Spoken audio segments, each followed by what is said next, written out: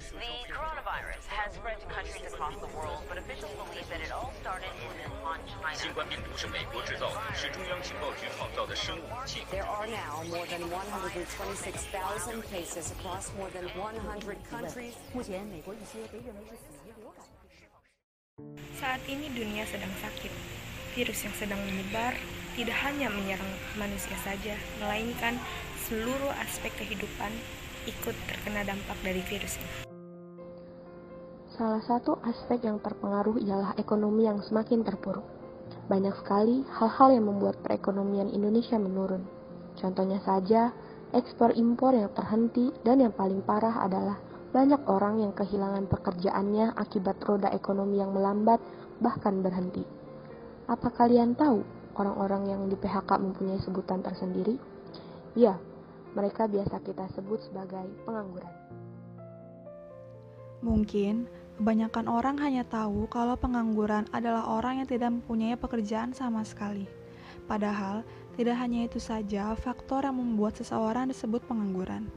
Orang yang sedang menunggu proyek pekerjaan selanjutnya, dan orang yang sedang berusaha mendapatkan pekerjaan yang layak juga termasuk dalam kategori pengangguran. Akibat dari pandemi ini, angka pengangguran di Indonesia meningkat hingga lebih dari 2 juta orang. Kalian tahu nggak sih, tahun ini saja sudah lebih dari 6 juta orang yang di PHK.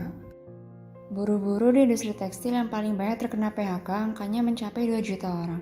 Biasanya, PHK melalui berbagai tahapan, mulai dari pertemuan antara karyawan dan perusahaan, perundingan, hingga bisa berlanjut pada pengadilan hubungan industrial.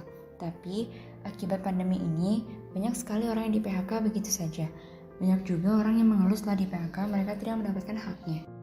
Padahal, PHK secara massal saat perekonomian sedang krisis bukanlah suatu langkah yang tepat, apalagi dilakukannya secara sepihak.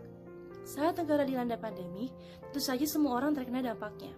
Setidaknya pemerintah dan pengusaha bisa mengupayakan agar tidak terjadi pemutusan hubungan kerja. Nah, bagaimana sih cara pemerintah dan pengusaha mengupayakannya? Mereka bisa mencari solusi yang mengacu pada Surat Edaran Menteri Tenagakerja dan Transmigrasi yang tentu saja berdasar pada Surat Edaran Menaker tentang perlindungan pekerja atau buruh dan keberlangsungan usaha dalam rangka pencegahan dan penanggulangan COVID-19. Nah, apa aja sih contoh solusinya? Yang pertama, bisa mengurangi upah dan fasilitas pekerja tingkat atas seperti manajer dan staf perusahaan. Mereka juga bisa membatasi dan menghapuskan kerja lembur agar bisa mengurangi pengeluaran untuk upah. Mereka juga bisa mengurangi jam kerja, meliburkan, bahkan merumahkan pekerja secara bergilir untuk sementara waktu. Dan yang terakhir, mereka bisa memberikan pensiun kepada para pekerja yang sudah memasuki usia lanjut, dan tentu saja yang sudah memenuhi syarat pensiun.